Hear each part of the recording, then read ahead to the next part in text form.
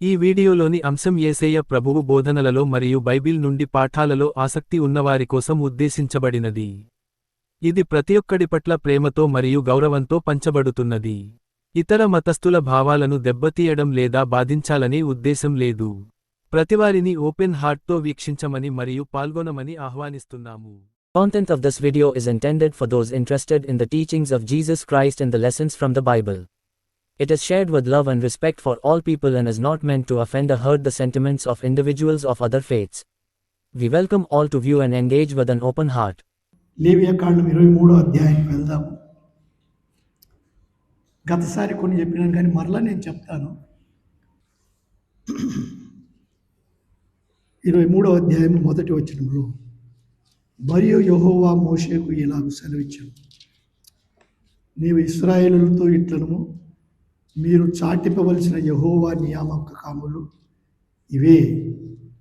మనం గతసారి కూడా చూచినాము. ఇశ్రాయేలీయులకు కొన్ని ఏర్పాట్లు దేవుడు చేస్తూ ఉన్నాడు. నియామక కాలం అంటే నియమించిన సమయాలు. మన ఆదిమ సహోదరులు మన కొరకు నియమించినారు. సిఎస్ఐకి వెళ్ళినాము, ఈసీఎన్ఐకి వెళ్ళినాము. అక్కడ దీర్ఘ ప్రార్థన కూడా పాటలు లెక్క చేస్తారు, చాలా ఇంపుగా ఉంటాయి. మన సహోదరులు కూడా ఏం చేసినారు? స్తుతులు ఉండాలి, వాక్య పఠనం ఉండాలి, రొట్టె విరచడం ఉండాలి. దానికంటే ముందు చిన్న క్లుప్తంగా యేసుక్రీస్తు ప్రభు యొక్క రక్షణ కార్యం గురించి, ఆయన పడిన శ్రమల గురించి కొద్ది మాటలు చెప్పాలి. అంటే పాత నిబంధనలో సంగతులు తీసుకొని మనం వాక్య పరిచర్య చేయడానికి ఇష్టపడతాం. పోనీ ఆ తర్వాత ఈ వాక్య పరిచర్యలో ఎలాగూ ప్రభు మనకు అనుకూలపరిచినాడు ఆ సమయాలను మనం జ్ఞాపకం చేసుకుంటూ పరిశుద్ధాత్మని వశంలో మనం సాగుతూ ఉన్నాం. అప్పుడు లోకంలో ఇతరులు మనల్ని చూచి యేసు ప్రభువును వెంబడించగలరు. ఆ దినములో తండ్రి అయిన దేవుడు వారికి నియామక కాలములు ఏర్పరిచినాడు. ఒకసారి నేను చెప్పినాను, ఈ నియామక కాలంలో ఎవరికైనా జ్ఞాపకం ఉన్నాయా? ఏవి? వసంతకాలంలో ఎన్ని?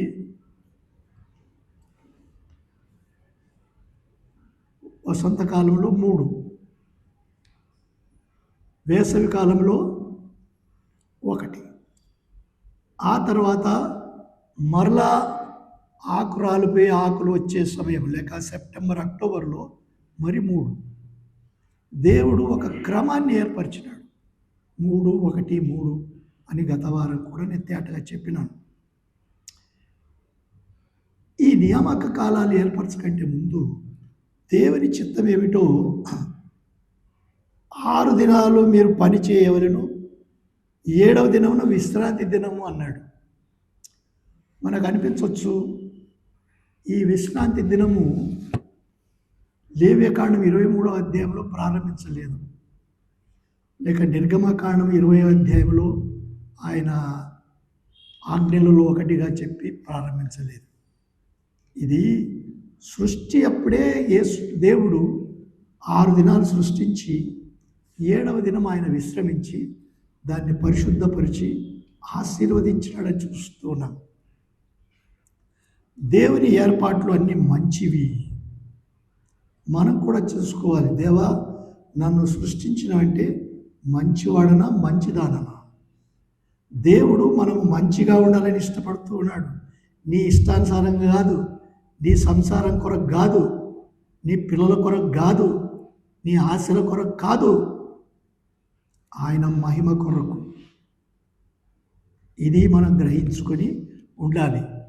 కనుకనే ఆయన ప్రతిదీ చేసినప్పుడు ఇది మంచిదిగా ఉండను. 7వ దినం గురించి ఆయన ఏం చెప్పలేదండి, దాన్ని ఆశీర్వదించడం చూస్తున్నాం. అంటే విశ్రాంతి దినాన్ని ఆయన ఏర్పాటు చేసినాడు. ఇక్కడ వీరికి ఈ నియామక కాలాలు చెప్పేప్పుడు ముందు విశ్రాంతి దినాన్ని గురించి కూడా చెప్తా ఉన్నాడు.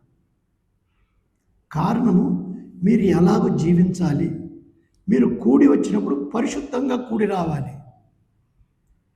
మీ హృదయంలో ఆయా విషయాలను దాచుకొని ఇక్కడికి వచ్చి కూర్చొని ఆరాధించినట్టుగా తల వంచి ఆయా తలంపులతో ఉన్నట్టయితే ఆయనకి ఇష్టం లేదు.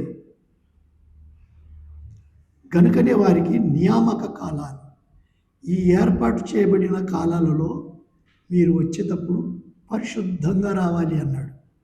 మొట్టమొదటిగా ఆయన ప్రారంభిస్తూ పస్కాను గురించి ప్రారంభించినాడు. పస్కా ఎలాగ ప్రారంభిస్తున్నాడు? వాళ్ళు అనేక శ్రమలు పొందినవారు. ఐగుప్తులో బానిసత్వంలో ఉన్నప్పుడు వారు మొరపెడుతున్నారు. 400 ఏళ్ళు దాటిపోయినాయి. అబ్రాహాముకు చేసిన వాగ్దానం మనం ఇది తరచుగా జ్ఞాపకం చేసుకుంటూ ఉండాలి. ఎలాగో అపవాది ఇదే మాకు దొరికిందని చెప్పి పెట్టి పనులు చేయించినాడు. అయితే వారు మొరపెట్టినప్పుడు మోషేను పంపించి దేవుడు వారిని విడిపించి ప్రయాణం చేస్తున్నాడు. ఎలాగో ప్రయాణం ప్రారంభించినాడు మనం అనేక పర్యాయాలు విన్నాం. అది ఆయన ఇక్కడ జ్ఞాపకం చేస్తున్నాడు. ఏమిటి? నిర్గమకాండం 12వ అధ్యాయంలో మనం 2వ వచనంలో చూస్తే ఈ నెల మీకు మొదటి నెల అన్నాడండి. అది అసలు చెప్పాలి అంటే 7వ నెల. కానీ దేవుడు పాతవి మర్చిపోండి, అవి కాదు మీకు ముఖ్యము, ఈ నెల ప్రారంభము మీకు ముఖ్యము అన్నాడు. ఆహా, మోషే సరే అది జ్ఞాపకం ఉంచుకున్నాడు. ఆ దినాన మరొకటి చెప్పినాడు ఆయన. 10వ దినమున గొర్రె పిల్లలు. మన గతసారి కొంచెం విన్నాము, కానీ మరలా నేను చెప్తున్నాను. ఒక గొర్రె పిల్లను లేక ఒక మగ మేక పిల్లను మీరు ఏర్పరచుకొని ఎన్నడు 10వ దినం. ఇక్కడి నుంచి కూడా శబ్దాన్ని రానివ్వండి. ఎన్నో దినము? 10వ దినము. 14వ దినాన 4 రోజులు ఉంచమన్నాడండి. ఎందుకు ఉంచమన్నాడు? పరీక్షించాలి దాన్ని. దానిలో ఏమీ కానీ మచ్చ అయినా ఒక కలంకమైన ఏది ఉండకూడదు. అలాంటి గొర్రె పిల్లను మీరు ఏర్పరచుకోండి. 4 రోజులు కనిపెట్టమన్నాడు. నేను ఉదాహరణకు కూడా చెప్పినాను. ఇలా కనిపెట్టినప్పుడు పిల్లలు కూడా చాలా ఇష్టపడతారు కదా, ఇష్టపడి ఉంటారు. ఇంటి వారంతా కూడా ఇష్టపడి ఉంటారు. దేవుడు 4 రోజులు ఇస్తున్నాడు. ఎందుకు? నేనేం చెప్పలేను. 4 రోజులు ఇచ్చి పరీక్షించమన్నాడు. 14వ దినాన సాయంత్రాన, వినండి, సాయంత్రాన దాన్ని వధించమంటూ ఉన్నాడండి. ఇదేమిటిది? ఏమి కలంకము లేనిది, మచ్చలేనిది, శ్రేష్టమైనది మీరు ఏర్పరచుకొని 4 దినాలు దాన్ని మేపి చక్కగా దాన్ని ఎంతగానో మీ చేతి ముద్దలతో ముద్దలు తినిపించి ఇప్పుడు ఏం చేయమన్నాడు? దాన్ని వధించమంటూ ఉన్నాడండి. దాని రక్తాన్ని పట్టుకోమంటూ ఉన్నాడు. ఇస్సోపు కర్ర తీసి మీ ద్వారబంధాలకు పైకమ్మికి పూయమంటూ ఉన్నాడండి. అది రక్తం ఒలికించినప్పుడు నేను అనుకుంటాను, కానీ పిల్లలు లబోదిబో అని కొట్టుకుంటున్నారండి. కొందరు కట్టిన హృదయం పెద్దవారు ఉంటారు, వారి గురించి నాకు ఆలోచన రావడం లేదు. కానీ ఇంట్లో అందరూ కూడా బాధపడి ఉంటారు. ఎందుకు దేవుడు అలా చేసినాడు? ఇస్సోపు అంతేకాదు, మీరు చెప్పులు తొడుక్కోమన్నాడు, కర్రను తీసుకోమన్నాడు, నడుము కట్టుకోమన్నాడు. ఇవన్నీ మీరు సిద్ధపడి ఉండి ఏం చేయమన్నాడు? దాన్ని కాల్చమన్నాడండి.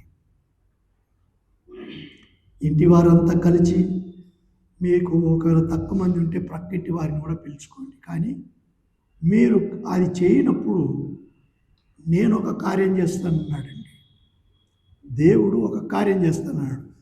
చూడండి ఎంత తీపిగా ఉంటాయంటే ఆ మాటలు. నిర్గమాకాండము 12వ అధ్యాయము, నిర్గమాకాండము 12వ అధ్యాయము 8వ వచనం.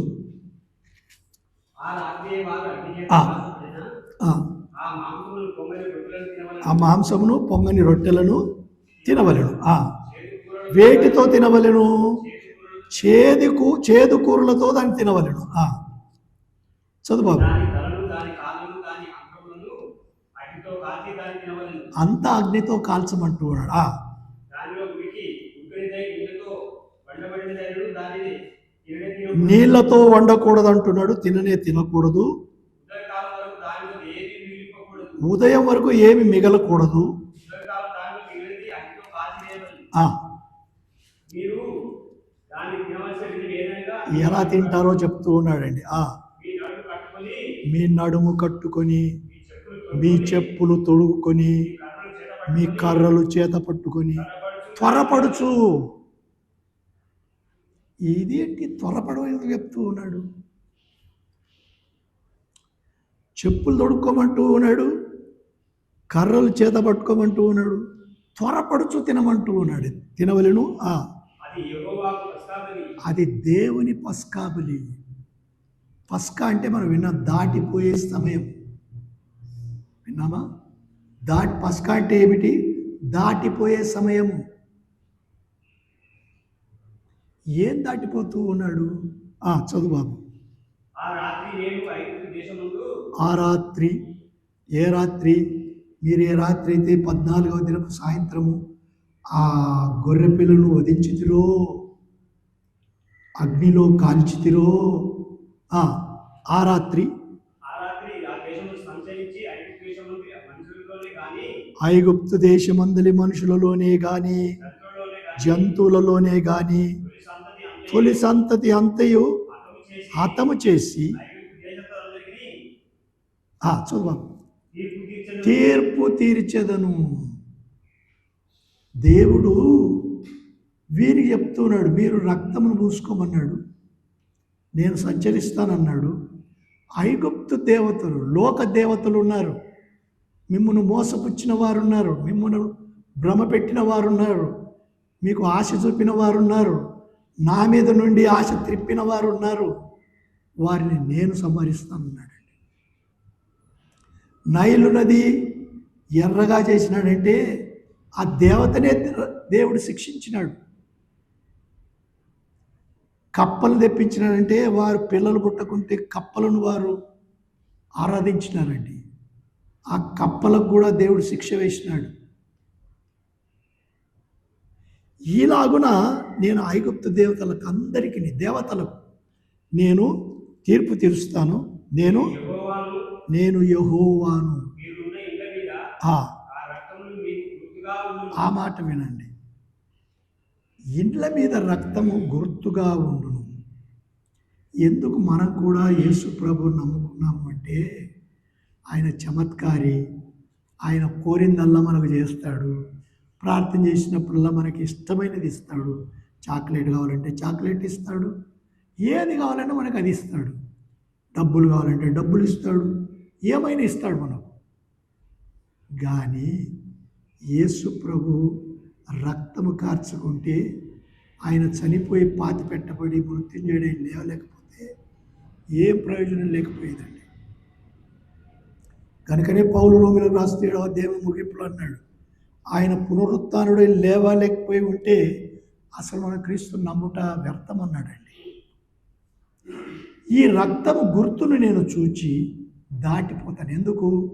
మీకు పాపక్షమాపణ కలుగునట్లు మీరు ఏర్పరచుకున్న ఆ పశువు దాన్ని బలి చేసినారు, నేను దాన్ని చూసి దాటిపోతానన్నాడండి.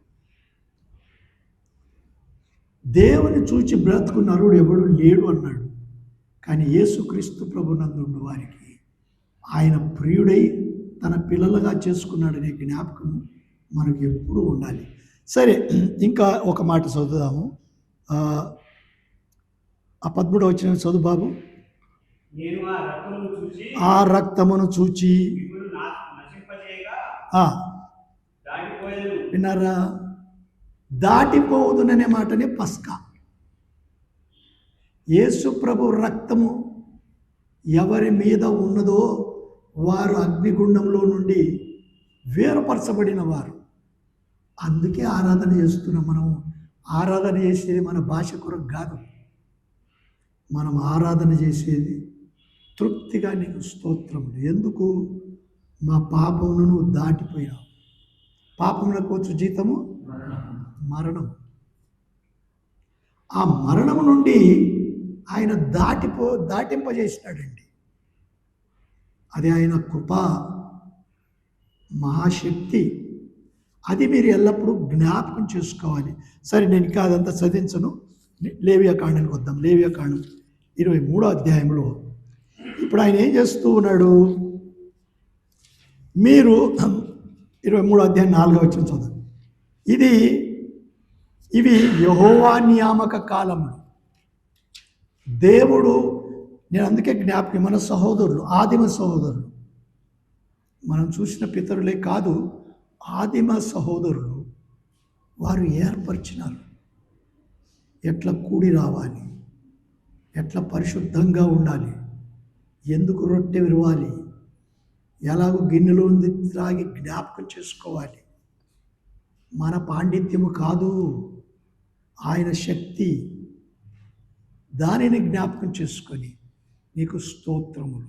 అది తృప్తి, అది చక్కగా మనకు తృప్తి. సరే, ఇక్కడికి వచ్చినప్పుడు ఏమంటూ ఉన్నాడు? యెహోవా నియమము కాలములు నియమించిన కాలములను బట్టి చదువు బాబు. మీరు దాటింపవలసిన పరిశుద్ధ సంఘం దినములు ఇవి. మొదటి నెల 14వ దినమున సాయంకాలం వరకు యెహోవా పస్కా పండుగ జరుగును. చాలు బాబు, ఇంతవరకు విన్నాం పస్కా పండుగ గురించి. ఆయన పండుగ అంటూ ఉన్నాడండి.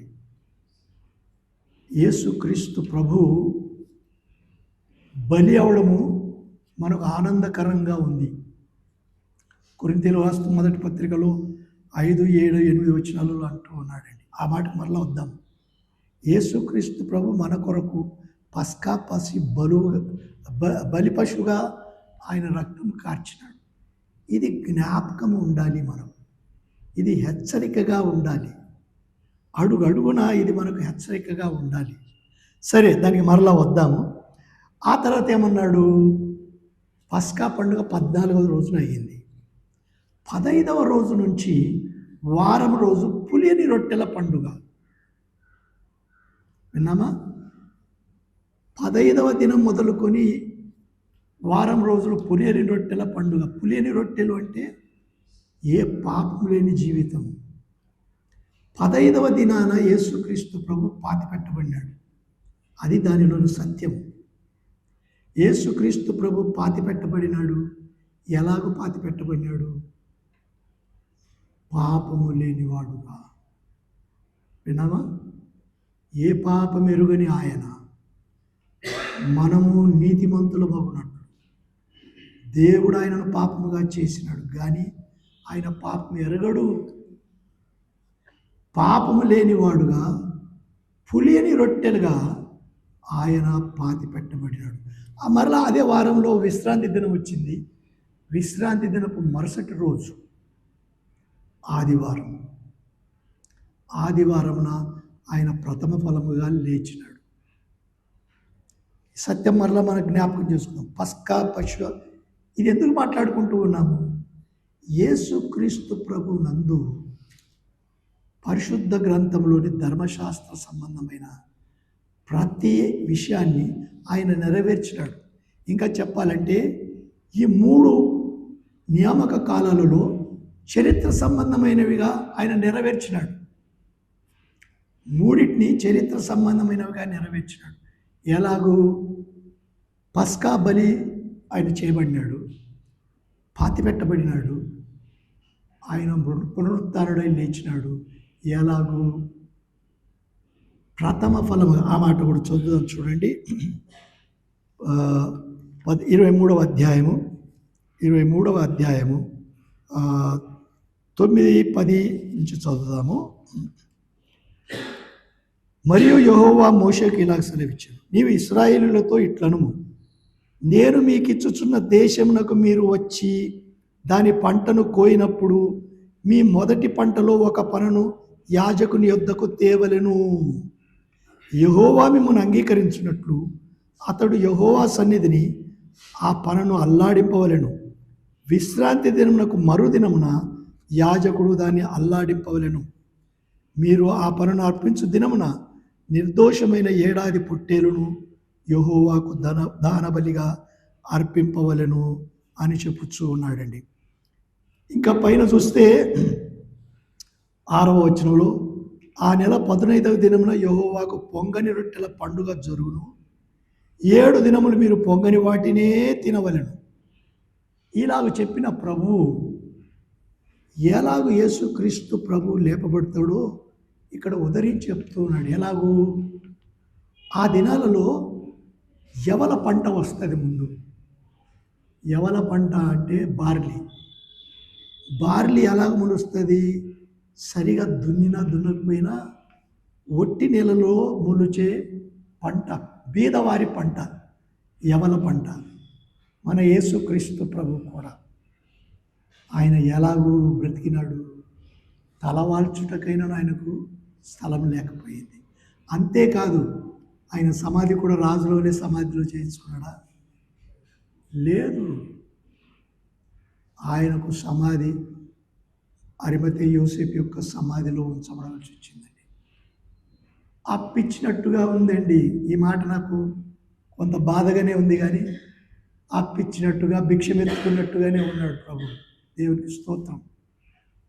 ఆయన ఆ సమాధిలో పెట్టబడవలసినంత అవసరం ఉందా? మనం చూసినాం కదా ఇంతవరకు. మనమైన ప్రభు అయిన యేసుక్రీస్తు కృపను మీరు ఎరుగుదురు కదా. ఆయన ధనవంతుడయ్యుండి మీరు తన దారిద్ర్యం వలన ధనవంతులు కావాలని మీ నిమిత్తము దరిద్రుడా. ఆయన దరిద్రుడా? ఆయన భిక్షగాడా? మన నిమిత్తము ఆయన దరిద్రుడైనాడు. మనం మర్చిపోకూడదు. యేసు ప్రభు యొక్క తగ్గింపు మనలో కనబడాలి, మనలో కనబడినట్లుగా చేసుకోవాలి. ఆయన సమాధిలో ఎలా ఉంచబడినాడు? ఏ పాపం లేనివాడుగా ఉంచబడినాడు. పాపం చేయకుండా ఉన్నాడు. మొదటి పన మీరు చూచినప్పుడు, పన అంటే కొమ్మలనండి గింజలతో కూడిన వాటిని కట్టుకున్నారు వాళ్ళు. మీరు తినకూడదు సుమా. మొదటి పనను యాజకుని వద్దకు తీసుకొని రావాలి. ఆయన వద్ద దానిని చూడండి 14వ వచనం, మీరు మీ దేవునికి అర్పణ తెచ్చే వరకు ఆ దినమెల్లా మీరు రొట్టె ఏమి, పేలాలేమి, పచ్చని వెన్నులేమి తినకూడదు. ఇది మీ తరతరములకు మీ నివాస స్థలములన్నిటిలో ఏమన్నాడు? నిత్యమైన కట్టడ. దేవుని యొక్క ఈ ప్రథమ ఫలముల పండుగ ఎలాగో ప్రారంభమవుతా ఉంది? మీరు యవలు కోసినప్పుడు మొదటి పంట దేవుని యొద్ద అల్లాడించవలెను అన్నాడు.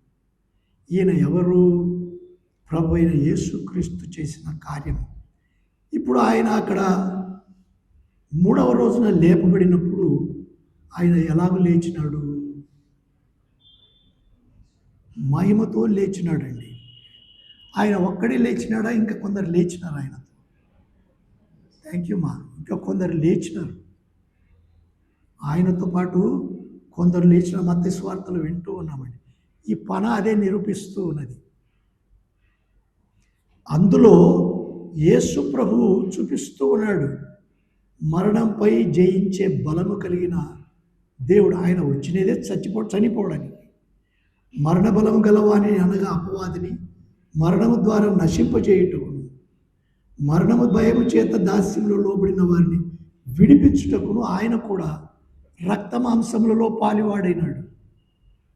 లేచినాడు, సమాధిలో నుండి లేచినాడు, జయవీరుడై లేచినాడు.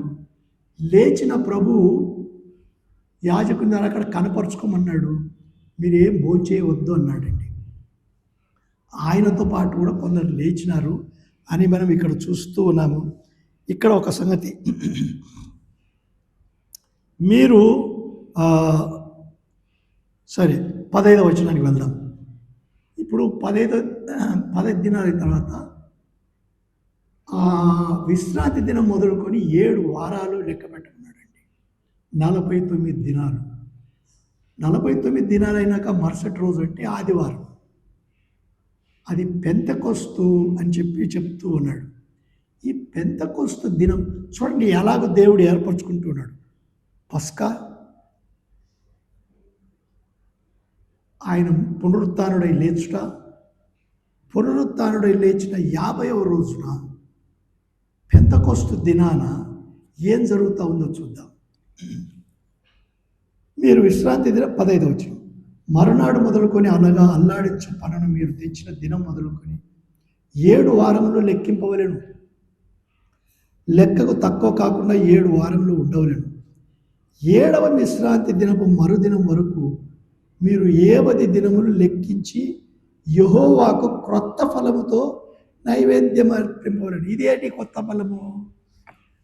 ఇది గోధుమ పంట, మంచి పంట, మంచి నేలను పండిన పంట. ఈ క్రొత్త ఫలాన్ని అంటే 7 వారాలు అయిపోయింది, సరిగా ఏప్రిల్ నెలలోకి వచ్చినట్టుగా వచ్చినారు. ఇప్పుడు ఏం చేయమంటూ ఉన్నాడు? మీరు తెచ్చి 17, మీరు మీ నివాసములలో నుండి తూములో 2 10 వంతుల పిండి గల 2 రొట్టెలను అల్లాడించు అర్పణముగా తేవలను అంటున్నాడు. ఇప్పుడు 2 రొట్టెలు తెమ్మంటూ ఉన్నాడండి. ఈ 2 రొట్టెలు ఎలా ఉండాలంటున్నాడు? అవి గోధుమ పిండితో చేసి పులియబెట్టి కాల్చవలని అంటూ ఉన్నాడు. ఈ మాట కొన్ని రోజులు పట్టింది నాకు. ఎందుకు పులియబెట్టాలి? ఎందుకు పులియబెట్టాలి అంటే, యేసు ప్రభువు లేచినప్పుడు ఆయన పరిశుద్ధుడు. యేసు ప్రభువు లేచినప్పుడు ఆయన మరియా నన్ను ముట్టుకోవద్దు, నేను తండ్రి వద్దకు వెళ్ళి వస్తానన్నాడు. వచ్చిన తర్వాత సరే, పని అల్లాడింపబడింది, 7 వారాలు జరిగిపోయినాయి. ఇప్పుడు ఏం జరుగుతూ ఉంది? మీరు 2 రొట్టెలు తీసుకొని రమ్మంటున్నాడు, పులియబెట్టి తీసుకొని రమ్మంటూ ఉన్నాడండి. పులుపు దేన్ని చూపిస్తుంది? పాపాన్ని చూపిస్తుంది. ఎందుకు పాపాన్ని కల్పించుకొని తీసుకొని రమ్మంటూ ఉన్నాడు? ఎందుకు చెప్తూ ఉన్నాడంటే, పరిశుద్ధాత్మ దేవుడు మనుషుల మీదకి వచ్చినప్పుడు మనుషులు ఇంకా శరీరంలో ఉన్నారా? ఉన్నారు. శరీరంలో ఉంటే పాపం ఉంది.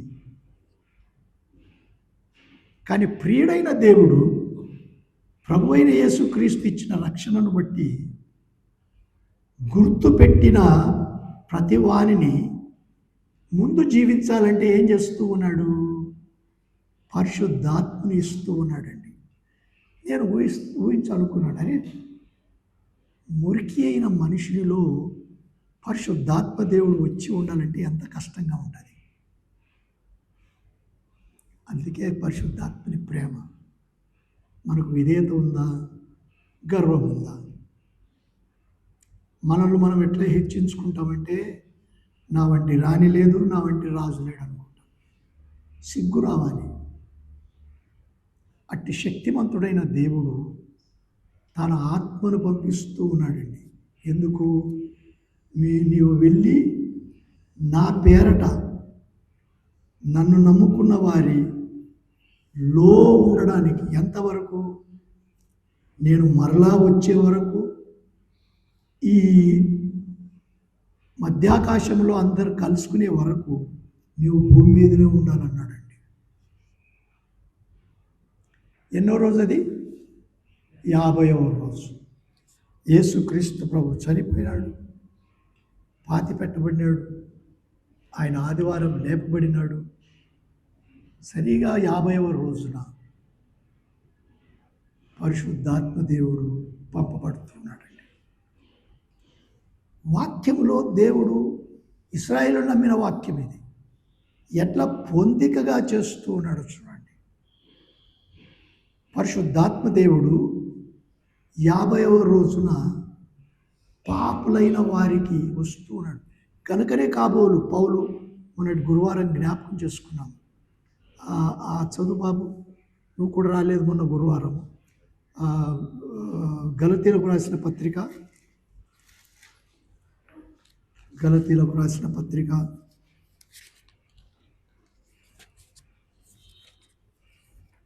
5వ అధ్యాయము 16 నుంచి చదువు. నేను చెప్పినదేమనగా ఆత్మానుసారముగా నడుచుకొనుడి.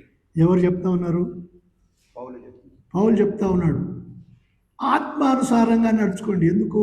అప్పుడు మీరు ఆత్మ మనలో ఉన్నాడు. ఆత్మ మనలో ఉన్నాడు, ఒకప్పుడు లేడు.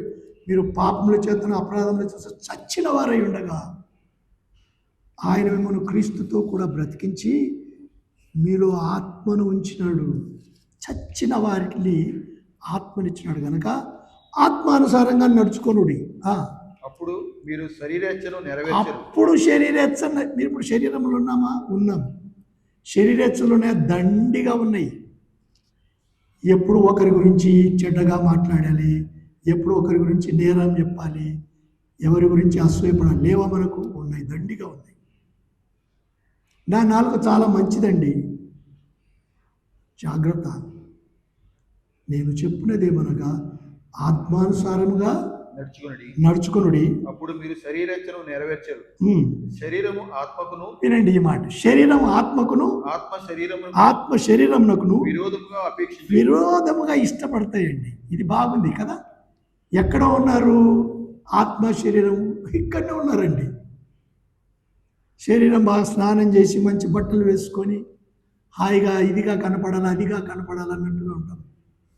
రుచి అయిన భోజనం తినాలని కోరుతాం. కానీ ఆత్మ దేవుని మహిమపరిచేలాగున మనం సిద్ధపరచాలని చూస్తాడండి. ఇవి ఒకదానికొకటి వ్యతిరేకంగా ఉన్నవి. ఒకదానికొకటి వ్యతిరేకంగా ఉన్నాయి. మనం ఏమనుకుంటాం? లేదు లేదు లేదు లేదు, నేను నేను నేను నేను నేను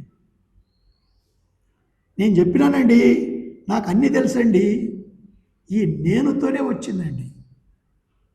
ప్రతి దానిలో నేను నేను నేను నేను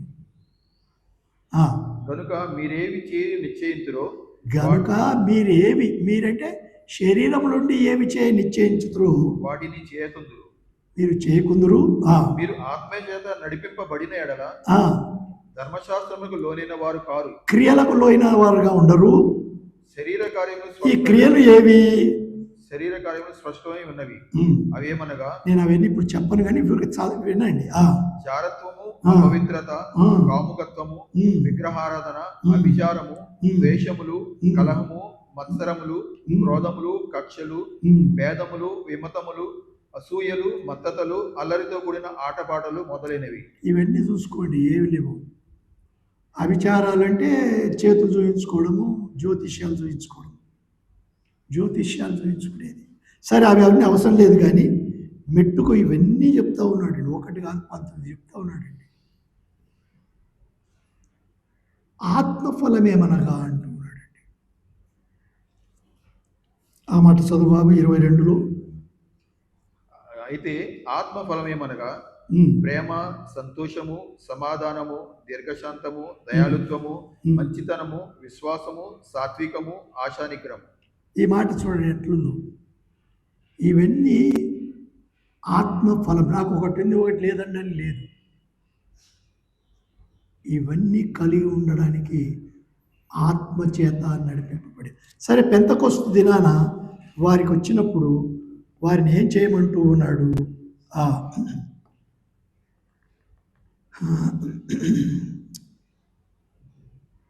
18వ వచనం, 23వ అధ్యాయం 18వ వచనం. మరియు మీరు ఆ రొట్టెలతో నిర్దోషమైన 7 ఏడాది మగ గొర్రె పిల్లలను, ఒక కోడెదూడను, 2 పెద్ద పొట్టేళ్లను అర్పింపవలెను. అవి వారి నైవేద్యములతోనూ వారి పానార్పణలతోనూ దహన బలి అయిన యెహోవాకు ఇంపైన సువాసన గల హోమమగును. అప్పుడు మీరు మేకలలో ఒక పోతును పాప పరిహార్థ బలిగా అర్పించి. ఇవన్నీ అవి చేయమంటూ ఉన్నాడండి ఆ రోజున పెంతెకొస్తు. కానీ ఇది ఒక్కటి అందులో మనం పట్టుకోవాల్సింది, దేవుడు మనల్ని ఎంతగా ప్రేమించినాడు. పాప శరీరం మనది. మంచిది ఇష్టపడినా చేయలేమండి. ఇది వద్దనుకున్నా దాన్ని చేయాలని ఇష్టపడతాం. నోరు జారకూడదని నోరు జారుతామండి. తీయగా మాటలు కప్పి కూడా మాట్లాడగలుగుతాం. నేను ఎవరిని మనసులో పెట్టి అనడానికి ఇష్టపడడం లేదు. మనం అలా ఉండకూడదు. అందుకే నేను ప్రారంభించినాను. అలవాటుగా ఏదైనా చేస్తే అపవాది దొద్దుకుంటాడండి. అలవాటు చాలా జాగ్రత్తగా ఉండాలి. ఆత్మపూర్ణులయుడి నవీన స్థితితో మనం ఆయనను ఆరాధించాలి. ప్రాచీన స్థితిలో కాదు. సరే, ఇది అయిన తర్వాత అక్కడికి నేను ఆపి 23వ వచనానికి వెళ్దాం. మరియు యెహోవా మోషేకు ఇలాగ సెలవిచ్చింది, నీవు ఇశ్రాయేలుతో ఇట్లను 7వ నెలలో 7వ నెలకు పోయినాడండి. ఇప్పుడు 1 నెల 50 దినాలు అయిపోయినాయి. అంటే అక్కడి వరకు వచ్చినాడు. ఇంకా ఏం చేయమంటూ ఉన్నాడు? పనులు చేయాలి. పరిశుద్ధాత్ముడు మన మీదకి వచ్చిన తర్వాత ఏం చేయాలి? కోత విస్తారంగా ఉంది, వెళ్ళండి అంటూ ఉన్నాడండి. కోత విస్తారం. నువ్వెందుకు విశ్వాసి అయినావు? నీ ప్రవర్తన బాగుందా? నీ నోరు బాగుందా? నీ మాదిరి బాగుందా? ఇతరులు క్రీస్తు ప్రభు నీలో చూడగలరా? లేక నీ ఇష్టానుసారంగా జీవిస్తూ ఉన్నావా?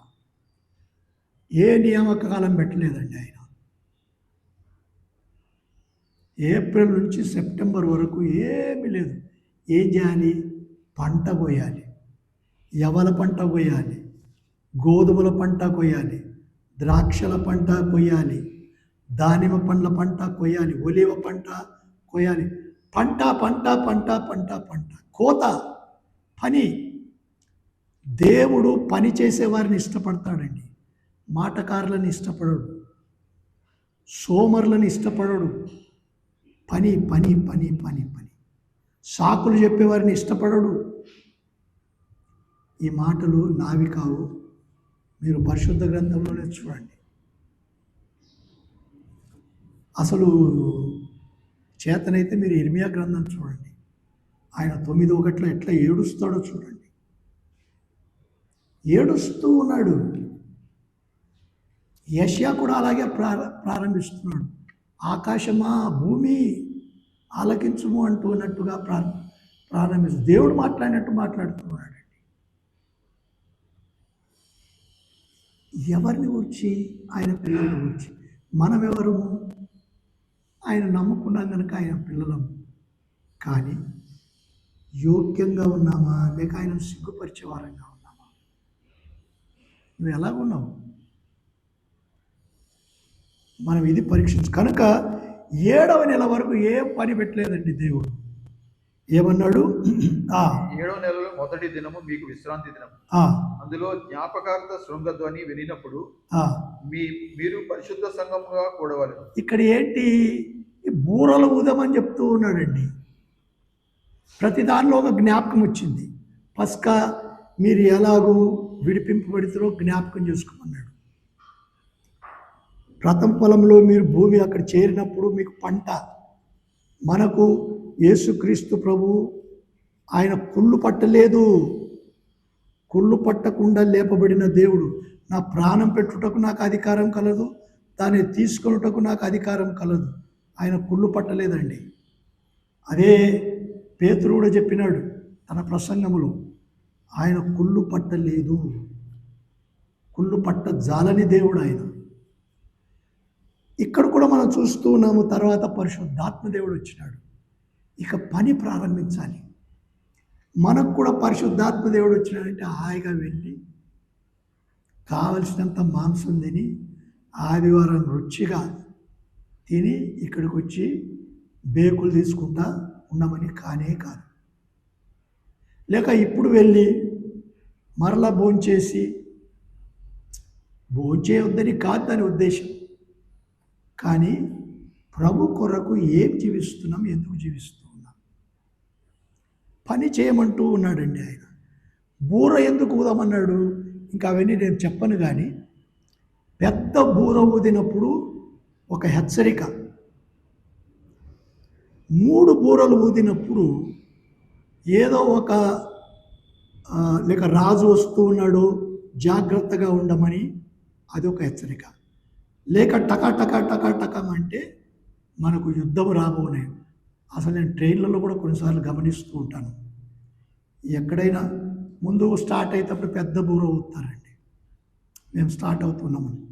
యాక్సిడెంట్ జరిగినప్పుడు బం బం వాడి ఇవన్నీ అక్కడి నుంచి నేర్చుకునేవి అనుకుంటాను.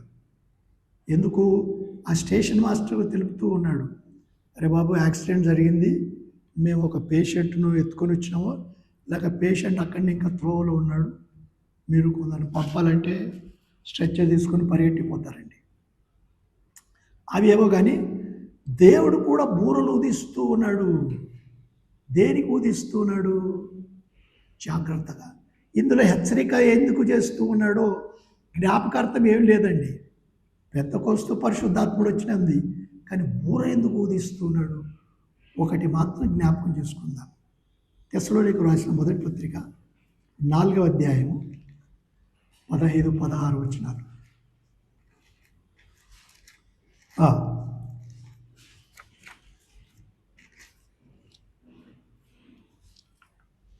మేము ప్రభువు మాటను ఏది తెస్సలోనికీయులకు రాసిన మొదటి పత్రిక 4వ అధ్యాయం 15 అదేనా? మేము ప్రభు మాటను బట్టి మీతో చెప్పినదేమనగా, ఆ, ప్రభు రాకడ వరకు సరే. ప్రభు రాకడ వరకు సజీలమే నిలిచిండు మనము నిద్రించిన వారి కంటే ముందుగా ఆయన సన్నిధిని చేరము. ఆర్భాటముతోనూ ఆ మాట ఆర్భాటముతోను ప్రధాన దూత శబ్దముతోను దేవుని బూరతోను. ఏమిటి? దేవుని బూరతోను పరలోకము నుండి ప్రభు దిగి వచ్చును. ప్రభువే వస్తూ ఉన్నాడండి. బూరా, ఓ ఇశ్రాయేలీయులారా, 3 పండగలు చరిత్ర సంబంధంగా జరిగిపోయినవి. 4వది పరిశుద్ధాత్ముడు మిమ్మల్ని ఆవరించినాడు. మనకదే సంగతి. పరిశుద్ధాత్ముడు ఎందుకు ఉన్నాడంటే, నా ప్రాణమా తినుము త్రాగుము ఆనందించుము, ఏ ఆరోగ్యము అంటే ఏ అనారోగ్యం లేకుండా హాయిగా బ్రతికి వారిని వీరిని వెక్కిరించడానికి కాదు. పని పని పని పని పని పని. అప్పుడు వారికి ఈ బూర పలక మీద పెట్టి లేక రాయి మీద పెట్టి ఉంటారండి. సైన్యాధిపతి బూరలో ఊదేవాడు. ఇప్పుడు దేవుని బూర పరలోకం నుండి ప్రభువే దిగి వస్తాడట. వచ్చి క్రీస్తునందు మృతులైన వారు, ఓ బుచ్చవనేనా, ఓ పలాని ఆమె శారవా, పలాని వారిని అందరినీ, ఇక మా నాన్న పేరు రామారావు గారిని పేరు, జీవన్న పేరు చెప్పి క్రీస్తునందు మృతులైన వారు మొదట లేస్తారు. పౌలు ఆ దినం అన్నాడండి, ఆ మీదట సజీవులమై నిలిచి ఉండు మనం అన్నాడు. ఆయన అనుకున్నాడు బ్రతికి ఉంటామని, కానీ ప్రభు పిలుచుకున్నాడు. మనం కూడా అనుకోవచ్చు నేను బ్రతికి ఉంటానేమోనని. అది ఆయన ఇష్టం. పిలిస్తే మొదట లేస్తాము అని చూడండి. ఆ మీదట సజీవులో నిలిచి ఉండు మనము వారితో కూడా ఏకముగా ప్రభువుని ఎదుర్కొనుటకు ఆకాశ మండలములకు మేఘముల మీద కొనిపోబడు. ఈ బోర అర్థమవుతా ఉందా? ఇది జ్ఞాపకార్థ శృంగ దినము అన్నాడండి. 7 పని అంతా చేసి 4 నెలలు పని చేసి మనం కూడా బ్రతికినామంటే ఎందుకు బ్రతికినాము, ఎందుకు రక్షణ పొందినాము? వచ్చినామండి, 70 కూర్చుంటాం. మన సీట్ కూడా రిజర్వ్డ్. ఎక్కడ కూర్చోవాలన్నా అక్కడనే కూర్చుంటాం. నేను కూడా అంతే, నేను ఎక్కడ మిమ్మల్ని ఎవరిని ఎక్కిరించడం లేదు. మన సీటు రిజర్వ్డ్. కానీ దేవుని ఆత్మ మన ఆత్మను ఉజ్వలింపచేస్తూ ఉన్నాడా? ఎలాగున్నాం? ఆయన ఎందుకు మనల్ని బ్రతికిస్తూ ఉన్నాడు? ఆయన ఒకరోజు రానై ఉన్నాడు. హెచ్చరికగా ఉందామా? 5వ ఆ మాట ఇంకా చదువు త్వరగా. కాగా మనము సదాకాలం ప్రభువుతో కూడా ఉందము. కాబట్టి మీరు ఈ మాటల చేత ఒకరికొకడు ఆదరించుకున్నాడు. ఈ మాటలు చెప్పుకోమంటూ ఉన్నాడండి. ఏదో నేను టైం పోవడానికి టైం పాస్ కోసం కాదు. ఈ మాటలతో మనం ఆదరణ పొందాలి, మర్చిపోకూడదు ఈ మాటలు. 5వ అధ్యాయంలో చెప్పినాడు. కొందరు ఏమనుకుంటారంట, సహోదరులారా, ఆ కాలం గురించి ఆ సమయం గురించి మీకు వ్రాయనక్కర్లేదు. రాత్రి వేళ దొంగ ఎలాగో వచ్చి మనకందరికీ తెలుసు. కానీ ఎత్తబడిన తర్వాత కొందరు ఉంటారట. ఆ సంగతి మీరు రాయనక్కర్లేదు. నేను ఏది నువ్వు చెప్తా ఉన్నా నాకు అర్థం కాదు. రాత్రి వేళ దొంగ ఎలాగో వచ్చునో అలాగే ప్రభు దొంగ ఎలాగో వచ్చునో ప్రభు అలాగే వస్తాడు, మీకు బాగుగా తెలియదు. బూర ఊదినప్పుడు క్రీస్తునందు మృతులైన వారు లేస్తారు, సజీవులమై నిలిచి ఉండి యేసు ప్రభు నమ్ముకున్న వారు వారితో కూడా మార్చబడతారు. మనం మార్చబడతామా? నమ్ముకున్నామా యేసు ప్రభువును? యేసు ప్రభుని నోటితో ఒప్పుకున్నామా? లేక వాళ్ళు వీళ్ళు బలవంతం చేసి ఒప్పుకున్నామా? ఎందుకు యేసు ప్రభుని ఒప్పుకున్నామా? జ్ఞాపకం చేసుకుందామా?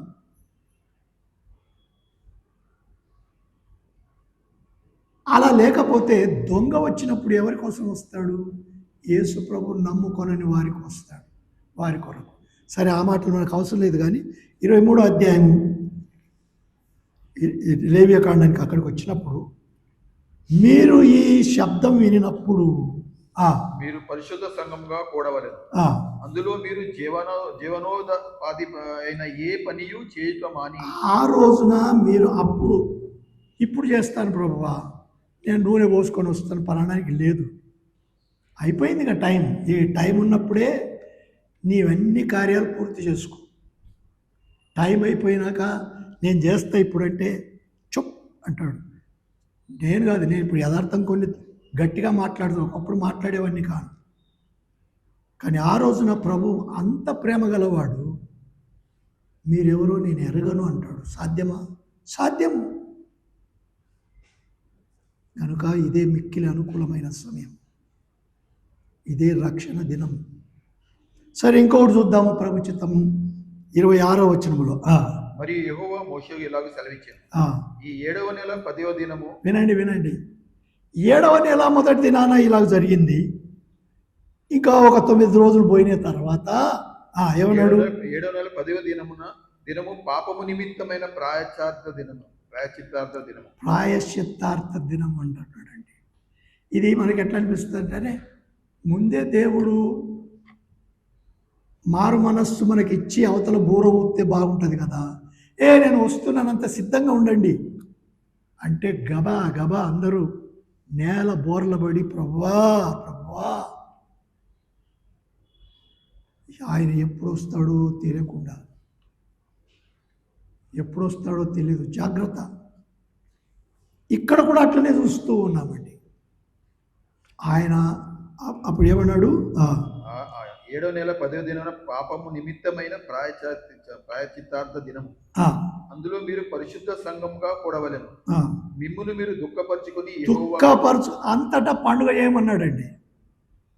అవి తినమన్నాడు, ఇవి తినమన్నాడు, బలులు చేయమన్నాడు, భాగాలు పంచుకోమన్నాడు. ఇక్కడ ఏం భోజనం లేదు, బల్ల ఖాళీగా ఉంచుకోమన్నాడు. దుఃఖపరిచి యెహోవాకు హోమం చేయవలెను. ఆ దినము మీరు ప్రాయశ్చిత్తార్థ దినం అన్నాడండి. త్వరగా నేను ముగించడానికి చూస్తాను.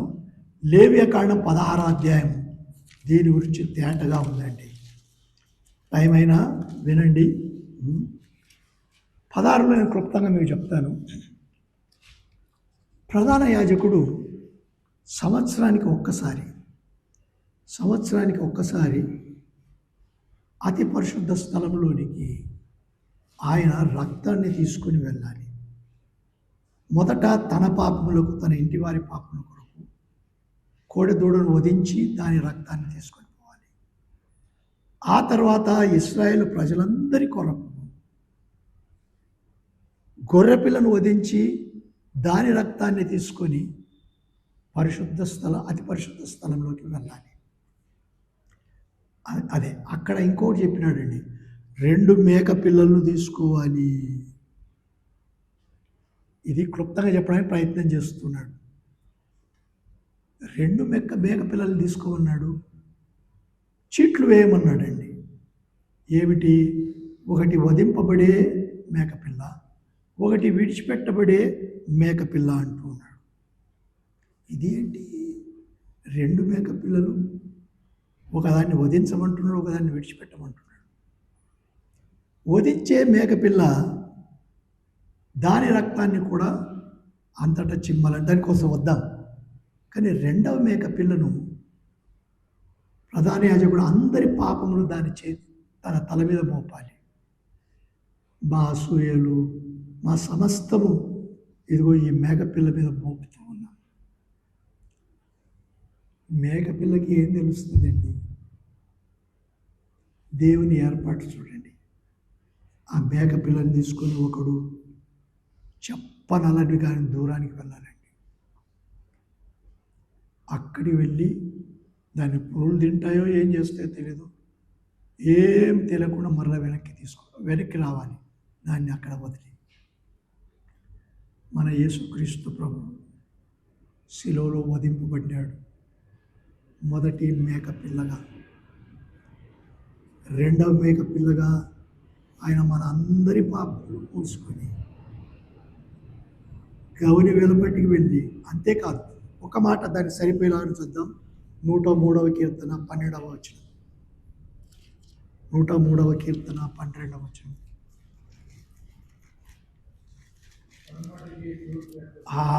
ఏంటి బాబు?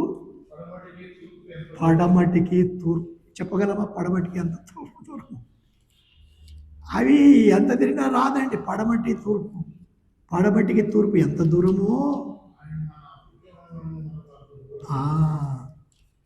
పాపములను మోసిపోయిన దేవుని గొర్రెపిల్ల, ఇదిగో లోక పాపమును మోసుకొని పోతున్న దేవుని గొర్రెపిల్ల. ఆ మాట నేను వివరించడం మర్చిపోయినా. అందరూ ఆ గొర్రెపిల్లను పస్కా దినాన చూచి ఏడ్చి ఉంటారు. కానీ బాప్తిసమిచ్చు యోహాను వచ్చినప్పుడు, అరే మనం ఏటేటా పస్కా అని చేస్తాం, ఇదిగో ఆ పస్కా లోక పాపమును మోసుకొని పోయే దేవుని గొర్రెపిల్ల అన్నాడండి. ఇంకా అంతకంటే ఎంత నిరూపణ కావాలండి?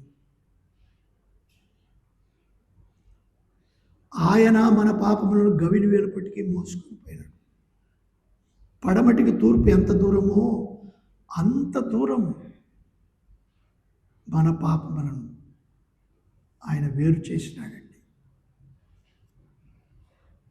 ఈ ప్రకారము దేవుడు మనం చూస్తూ ఉన్నాము, ఎలాగ మన పాపములను ఆయన ఈ మేకలో చూస్తూ ఉన్నాము, ఆ దూరం చేసిన. అంతేకాదు చెప్పినా కదా, రక్తమును తీసుకొని ఆ ప్రధాన యాజకుడు లోపలికి వెళ్తూ ఉన్నాడు. బ్రతికి వస్తాడో లేదో చెప్పలేమండి. ఇప్పుడు నేను ఎంతైనా నిలబడేవో నేను ఫలానా చెప్పుకోవచ్చు, కానీ దేవుడు నా హృదయాన్ని ఎరుగును. ఏమి కొంచెం ఆయనకు వ్యతిరేకంగా దాచుకొని బహిరంగంగా చెప్తే టపా అంతే. ఆ రోజుల్లో ప్రధాన యాజకుని స్థితి అంతే. నిర్గమాకాండంలో మంచి దుస్తులు వేసుకోవాలని ఉందండి, 28, 29 అధ్యాయాలను వచ్చిన.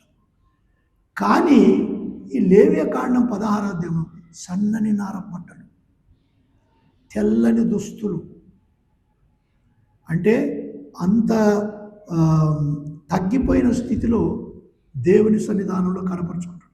గంటలు మాత్రం ఉన్నాయి కుచ్చులుగా. ఎందుకు? ఆ గంటలు మోగితేనే అక్కడ లోపల క్రియలు జరుగుతూ ఉన్నాయి. అసలు కొందరు ఏమన్నారంటే కాలికి తాడు కట్టేవారంట అండి. అరే గంటలు మోగడం లేదు, అరే ఇంకా కొంచెం సేపు చూద్దాం, అరే కొంచెం సేపు అయింది, అర్ధగంట అయిపోయింది, గంట అయిపోయింది, లాగుతే శవం బయటకు వచ్చిందంటే అంటే దేవుడు చంపేసినాడు.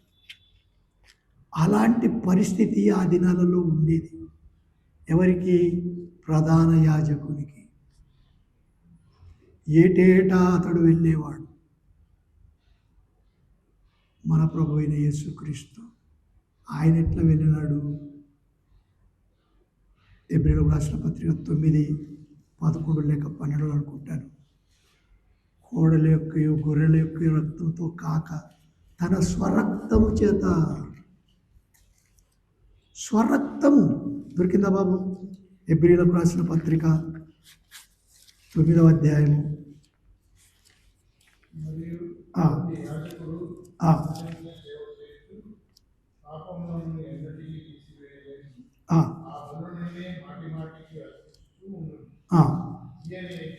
ఈయన అయితే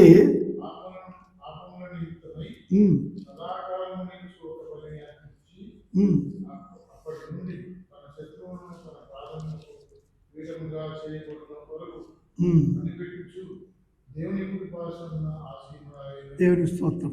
ఇంకో మాట 9వ అధ్యాయంలో 12 రక్తంతో ఆ మాట, మేకల యొక్కయో కోడెల యొక్కతో రక్తంతో కాక తన స్వరక్తముతో ఏ ఒక్కసారి వీటితోనైనా తన స్వరక్తముతో తన స్వరక్తముతో ఒక్కసారి పరిశుద్ధ స్థలంలో ప్రవేశించి అయిపోయింది. దేవుడు చూస్తూ ఉన్నాడు, నాయన కుమారుడా ఏం తీసుకొచ్చినాడు? నా స్వరక్తము తండ్రి, లోక పాప క్షమాపణ కొరకు నా స్వరక్తం. ఆ దినాన ప్రధాన యాజకుడు ప్రతి సంవత్సరం అది తీసుకొని వెళ్ళి ఏం చేయాలా? కరుణాపీఠం మీద చల్లాలా, గుడారంలో అన్ని చోట్ల చల్లాలా. ఎందుకు కరుణాపీఠం మీద చల్లాలా? ఈ రక్తము పాపక్షమాపణ కలుగునట్టుగా వధింపబడిన పశువును జ్ఞాపకార్థం ఉండి అప్పుడు దేవుడు అక్కడికి వచ్చి కూర్చుంటాడండి. కింద నిబంధన పలకలు ఉన్నాయి నిబంధన మందసంలో. ఆ మందసం మీద దేవుడు వచ్చి కరుణాపీఠం మీద కూర్చుంటప్పుడు రక్తాన్ని చూసి ఆ దినాల్లో క్షమించాం. ఇప్పుడు యేసు ప్రభు తన స్వరక్తం ఇచ్చి ఇంకే తన కుడి పార్శ్వమున కూర్చుని అన్నాడు. ఇదన్నీ నియామక కాలాలు. దేవుడు నెరవేర్చిన కాలాలు, ఇంకా నెరవేర్చే కాలాలు కూడా ఉన్నాయండి.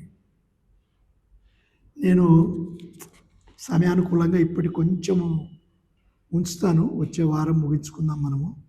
ఎలాగో ఆఖరి పండుగ చాలా ముఖ్యమైనది. పర్ణశాలల పండుగ దేవుడు ఎలాగో ఆచరించినాడు. ఇంకా కొన్ని విషయాలు నేను చెప్పలేదు, కానీ ప్రచిత్తమైతే చూద్దాము. మెట్టుకు మరలా నేను చెప్పబోయేది ఏమిటంటే, ఒక నిర్లక్ష్య భావంతో మనం ఉండక ప్రేరేపింపబడిన వారమై భయముతో భక్తితో దేవుని కొరకు ప్రత్యేకించుకొని ఆయన చేసిన కార్యాలు ఇప్పుడు చూస్తున్నాం కదా. పస్కాలో ఆయన పునరుత్థానుడై లేచిన సంగతి మాత్రమే కాక ప్రథమ ఫలముల పండుగ, అది నేను చదివించలేదు కానీ కొరింథీయులకు రాసిన మొదటి పత్రికలో 15వ అధ్యాయం 20వ వచనంలో చూస్తామండి. 23వ వచనంలో కూడా చూస్తాం. ప్రతివాడు తన వరుసలో బ్రతుకుతాడని చెప్పి. ఆ తర్వాత పెంతెకొస్తు దినం ఎంత చక్కగా ఉందండి. పరిశుద్ధాత్ముడు ఇప్పుడు ప్రస్తుతం మనతో ఉన్నాడు. ఎంతవరకు ఉంటాడు? ఆ బూర వినపడే వరకు, 7వ నెల వచ్చే వరకు ఉంటాడు.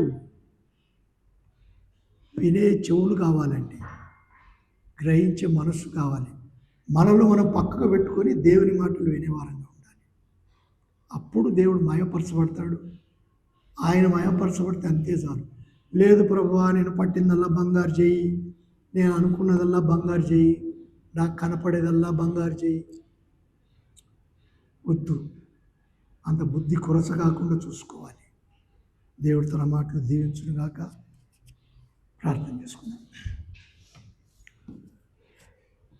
కృపా కనికరం గల మా పరలోక తండ్రి, కనికరం గల దేవా, ఈ మధ్యాహ్న కాలం నువ్వు చేసిన సహాయం బట్టి నీకు స్తోత్రములు. శామ్యూయల్ కనికరించి కాపాడినావు. ఆ ప్రకారమే ఎలిజబెత్తమ్మను క్షేమంగా ఆదరించి ఆరాధనకు రాగలిగినట్లుగా చేసిన నేను స్తుతిస్తుంటున్నాను. ఈ సాయంకాలంలో మాతో ఉండి నీవే మహిమ పొందువని మా ప్రభువును ప్రియరక్షకుడైన యేసుక్రీస్తు పేరట స్తుతించి వేడుకొంచుంటున్నాము తండ్రి. ఆమేన్.